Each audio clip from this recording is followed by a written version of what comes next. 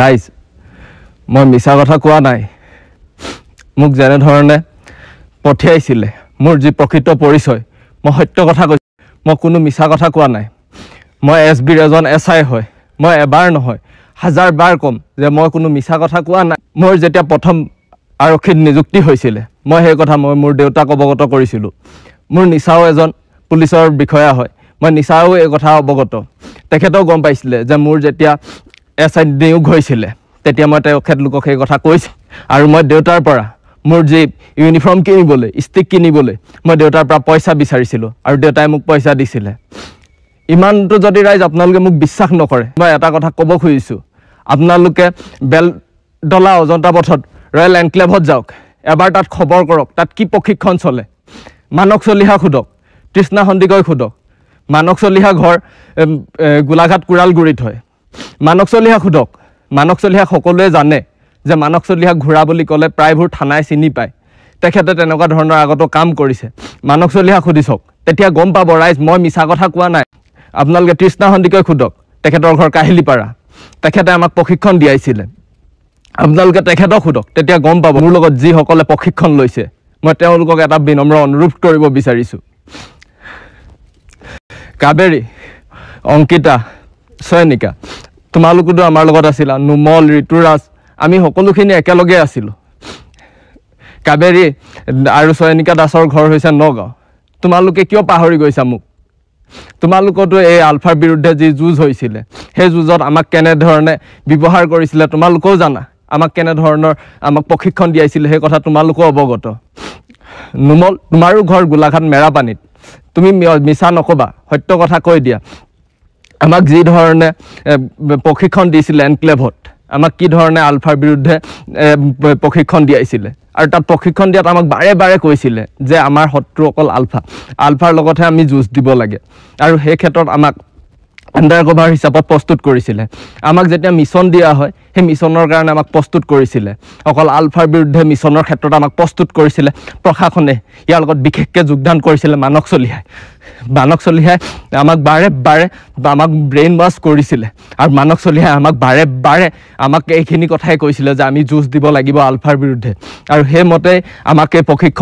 প্ৰশিক্ষণৰ কালচত আমাক শিকাইছিলে আমাৰ আণ্ডাৰ কভাৰ হিচাপত এতিয়া সকলোৱে কৈছে যেনেধৰণে প্ৰশাসনে আমাক কৈছে যে আমাৰ কোনো পৰিচয় নাই বা আমাক এটা লোভিয়া বুলি ক'বলৈ গৈছে বা আমাৰ অন্য উদ্দেশ্য বুলি ক'বলৈ গৈছে নহয় আমাৰ কোনো উদ্দেশ্য নাই আমাৰ কোনো ভুকীয়াকৈ আমি একো উদ্দেশ্য লৈ আমি একো লোভত পৰি কৰা নাছিলোঁ আমাক যি ধৰণে ব্যৱহাৰ কৰিছিলে আমাক যেনেধৰণে প্ৰলোভন দিছিলে হয় আমি প্ৰলোভিত হৈছিলোঁ কিন্তু বিশেষকৈ আমাক তেনেধৰণে তেওঁলোকে আণ্ডাৰ কভাৰ হিচাপত ব্যৱহাৰ কৰিছিলে আণ্ডাৰ কভাৰ হিচাপত যেতিয়া ব্যৱহাৰ কৰিব আমাৰ কি সুকীয়া পৰিচয় থাকিব আপোনালোকেও চাগে হয়তো জানে আণ্ডাৰ কভাৰ হিচাপত যদি থাকে আণ্ডাৰ কভাৰ কোনো সুকীয়া পৰিচয় নাথাকে ঠিক একেদৰে আমাৰো সুকীয়া পৰিচয় নাই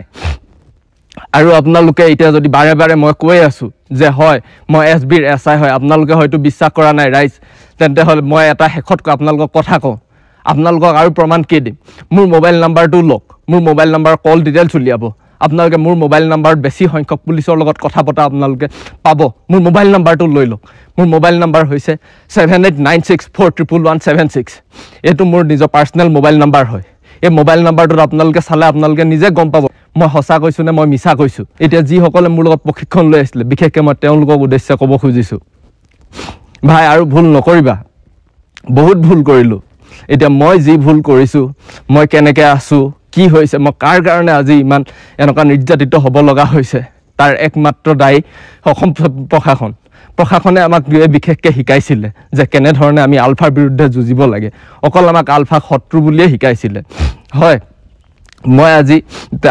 আহি আলফাৰ ওচৰত সত্য কথা কোৱাত তেওঁলোকে মোক কৈছে যে মই মিছা কথা কৈছোঁ মই এটাও মিছা কথা কোৱা নাই আৰু মই এটাও মিছা কথা ক'বলৈ খোজা নাই যি কথা মই আগতেও কৈছোঁ এটা কথা সঁচা প্ৰত্যেকটো কথাই মোৰ হাতত যুক্তি সহকাৰে প্ৰমাণ আছে আৰু মই প্ৰমাণ সহকাৰে ক'ব পাৰোঁ যে তেওঁলোকে আমাক ব্যৱহাৰ কৰিছিলে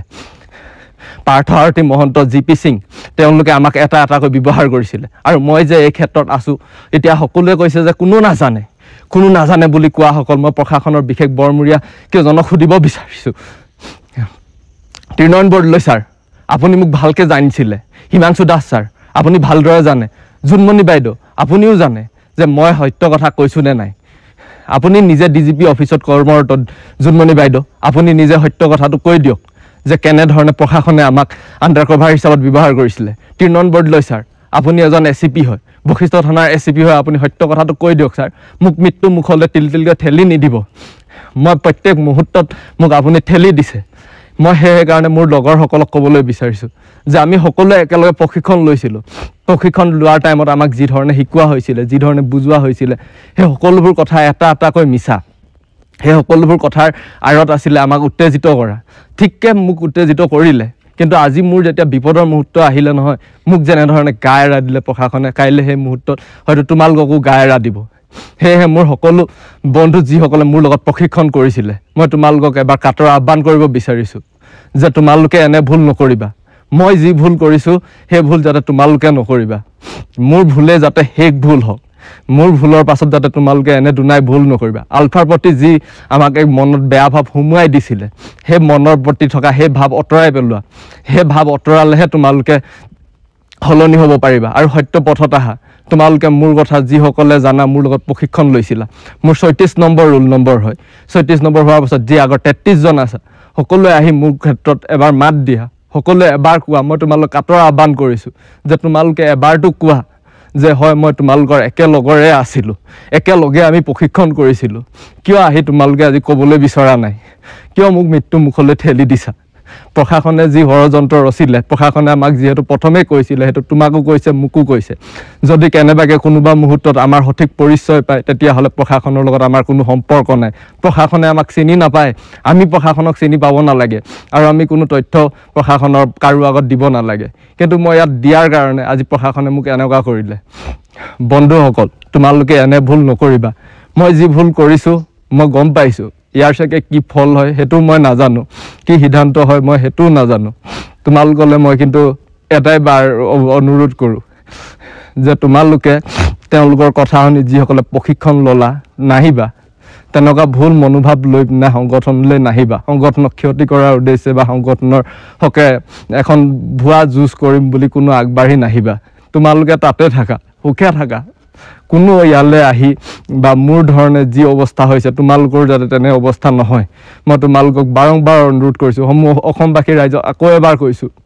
যে মই এটাও কথা মিছা কোৱা নাই আপোনালোকে মোক যিহেতু মিছলীয়া বুলি ভাবিছিলে মই এটাও কথা মিছা কথা কোৱা নাই মই প্ৰত্যেকটো কথা যুক্তি সহকাৰে আপোনালোকৰ আগত কৈ গৈছোঁ সেইবাবে যে আপোনালোকৰ মোৰ ফোন নম্বৰ পৰ্যন্ত আপোনালোকে যদি উলিয়াই আপোনালোকে সকলো তথ্য পাব মই এটাও মিছা কথা কোৱা নাই মই আকৌ এবাৰ শেষত কওঁ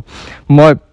SBৰ SI হয় মোৰ বিশেষ কামত নিয়োগ কৰিছিলে আৰু সেই বিশেষ কামত নিয়োগ কৰাৰ বাবে আমাক 3টা অপাৰেশ্যন আছিলে সেই 3টা অপাৰেশ্যন যদি সফল হয় তেতিয়াহে আমাক বাকীসকলক যেনেধৰণে স্থানীয় যিসকলক মানে পৰিচয় দিয়ে তেনেধৰণে পৰিচয় দিব আমাকো সেই হিচাপে পৰিচয় দিয়াৰ কথা কৈছিলে ঠিক তেনেধৰণে ময়ো এটা যোৰাবাটত অপাৰেশ্যন সফল কৰাইছিলোঁ এইটো মোৰ 2 নম্বৰ অপাৰেশ্যন আছিল মই কোনো মিছা কথা কৈ বা প্ৰশাসনক মই কোনো বেমেজালি কৰাব বিচৰা নাই ৰাইজ মই আকৌ এবাৰ আপোনালোকলৈ কাটৰ আহ্বান কৰিছোঁ যে যিসকলে এনে মনোভাৱ লৈ আছে তেওঁলোকে সেই মনোভাৱ ত্যাগ কৰক এনে মনোভাৱ লৈ থকাসকল বা মোৰ লগত প্ৰশিক্ষণ লৈ থকাসকল আণ্ডাৰ কভাৰ হিচাপে প্ৰশাসনৰ হৈ বা প্ৰশাসনৰ লগত কাম নকৰিব মই আপোনালোকক বিনম্ৰ অনুৰোধ কৰিছোঁ